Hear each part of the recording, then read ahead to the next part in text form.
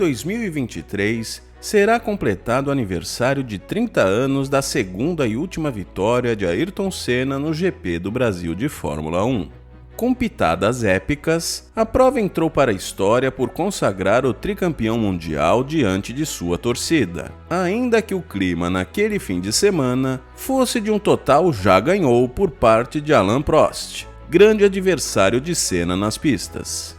Antes de mais nada, deixamos aquele pedido bacana. Inscreva-se no canal e não perca nenhum dos nossos vídeos.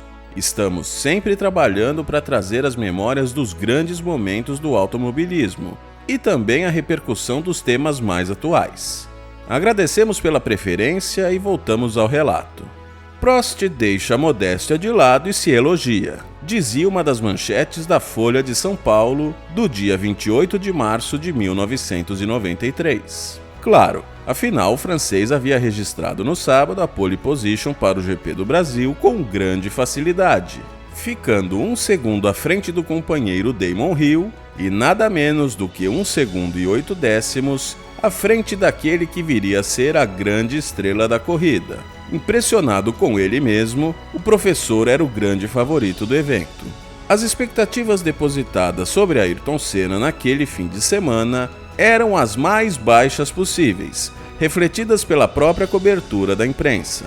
A própria Folha, na capa do caderno de esportes, trazia o relato sobre a classificação de sábado. Era mesmo inviável, Ayrton Senna nem chegou perto de Alain Prost. No mesmo texto, seguia o desprezo. Nesse momento caiu a máscara do renascimento da Fórmula 1. Ficou claro que a McLaren não dá nem pro cheiro e que só em pistas lentas o brasileiro pode ter alguma chance.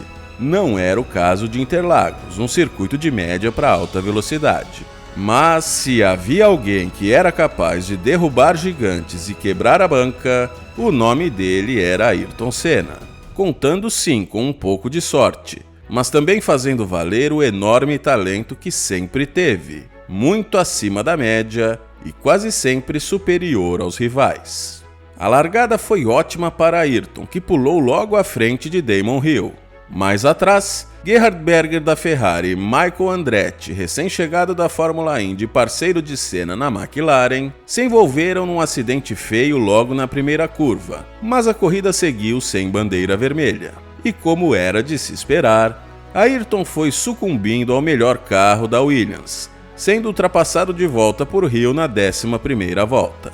Para piorar, enquanto recebia a pressão do jovem Michael Schumacher da Benetton, o tricampeão recebeu uma punição da direção da prova.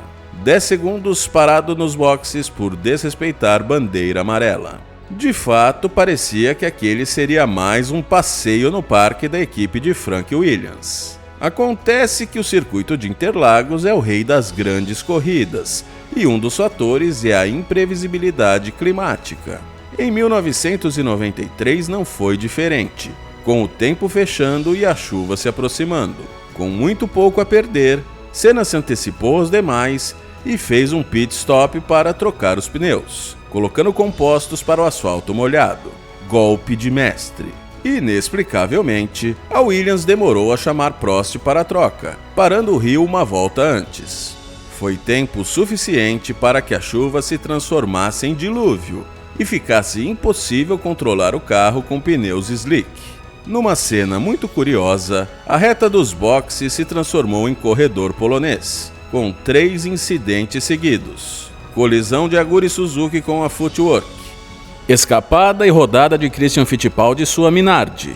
E finalmente, sim, sem trocar pneus, Prost também escorregou, foi para a brita e ainda beliscou de leve o carro de Christian, que já estava parado. Fim de prova para o francês e cartas embaralhadas para o restante da prova, já que com a situação caótica daquele momento, foi necessário o acionamento do safety car, ponteando o pelotão entre as voltas 28 e 36. Na relargada, a ordem era a seguinte: Hill, Senna, Schumacher e, com bem menos chances, Jean Alesi de Ferrari, JJ Leto de Sauber e Alessandro Zanardi de Lotus.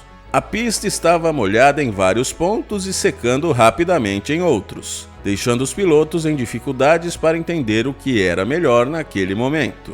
Na volta 40, Senna e Schumacher entraram juntos nos boxes para voltar aos slicks. Enquanto os trabalhos da McLaren foram perfeitos, a Benetton se complicou e enterrou as chances do alemão na corrida. Hill veio para a troca na volta seguinte e voltou com Ayrton no seu encalço.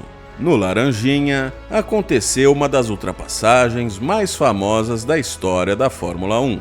Senna ameaçou colocar o carro por fora, induzindo o inglês a espalhar um pouco. Rapidamente, o brasileiro tomou a linha de dentro e mergulhou para assumir uma liderança da qual não mais sairia. Depois de 1 hora e 51 minutos, Ayrton Senna completava a 71ª e última volta daquela corrida. A comemoração junto ao público foi daqueles momentos mágicos, aquelas emoções que o esporte traz de tempos em tempos e marcam por uma vida. Ayrton teve o carro literalmente parado pelos torcedores que invadiram a pista e foi carregado nos braços por eles, numa celebração épica. No pódio, mais um momento de brilho, o cumprimento carinhoso de Juan Manuel Fangio, argentino pentacampeão mundial, que admirava abertamente o talento de Senna, e vice-versa. Hill e Schumacher, este que ainda se recuperou de maneira impressionante da parada desastrada da Benetton, completaram o pódio de uma das grandes corridas da história da Fórmula 1. Que saudades desse tempo, não é mesmo? Esperamos que vocês tenham gostado de mais esse túnel do tempo, relembrando esse GP clássico. E se gostaram, não se esqueçam de dar o like no vídeo. Um abraço e até a próxima!